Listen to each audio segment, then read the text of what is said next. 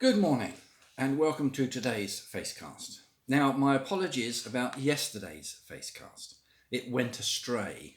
It was recorded at about 8 o'clock in the morning, and I thought I'd sent it on to that lovely person who puts it somewhere out there, but I probably didn't or hadn't pressed the right buttons in the right order or something. I'd love to be able to blame the technology for it, but unfortunately the fault was probably all mine. Anyway, it went out late yesterday, about 3:30 in the afternoon, which is not a lot of use to most people, unless you particularly wanted a wonderful blessing towards the end of the day. Anyway, sorry about yesterday. Here's this morning's thought. Oh, first, hands up if you know what a benediction is. No, it's not something you take when you're feeling ill. That's something else completely different. A benediction is more or less a blessing. Somebody blesses you, and it's the words that they use, the phraseology that they use is called a benediction. And at the back, right at the back of the Bible, just before the last letter, which of course is Revelation, correct? There's a very short letter called the letter from Jude. Jude was probably a half brother of Jesus. And he writes a letter to the church in Jerusalem, correcting things that have been taught that were incorrect.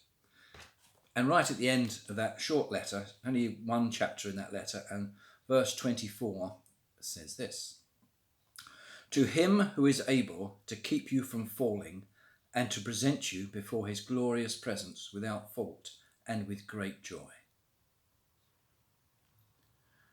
To him who is able, that's Jesus. Jesus is able to keep us and to bless us, keep us safe from and in his arms, no matter what happens to us. Our place in heaven is booked. It is written in ink and not in pencil. It can be rubbed out. To him who is able to keep you from falling away from the Christian faith, as some of these people will if they're prone to false teaching.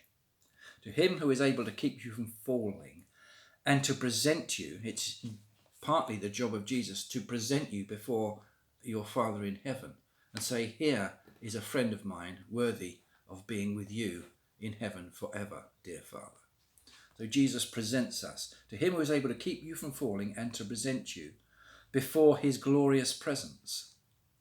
That's what heaven will be like. It will be in the glorious presence of God the Father and Jesus the Son. That's what we're heading for if we follow Jesus and his way of life, if we accept him as our Saviour. Before his glorious presence without fault.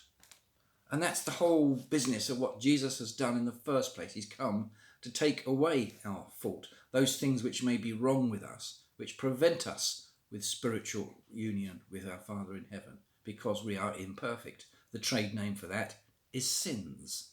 We are without fault, we are without sin because of what Jesus has done. And with great joy. It will be to Jesus' great joy for us to be with him and with our Father in heaven. So that's a benediction, a blessing that comes to us from Jesus. I'll say it again. To him who is able to keep you from falling and to present you before his glorious presence without fault and with great joy. And it goes on to say, the glory and the majesty and the power and the authority of Jesus. It's a wonderful blessing, a wonderful benediction for us to remember that is who Jesus is, that is what his purpose is, that's what he does. And we, every one of us who follow Jesus, are part of those who will be presented before God our Father. Isn't that a wonderful thought? I think so.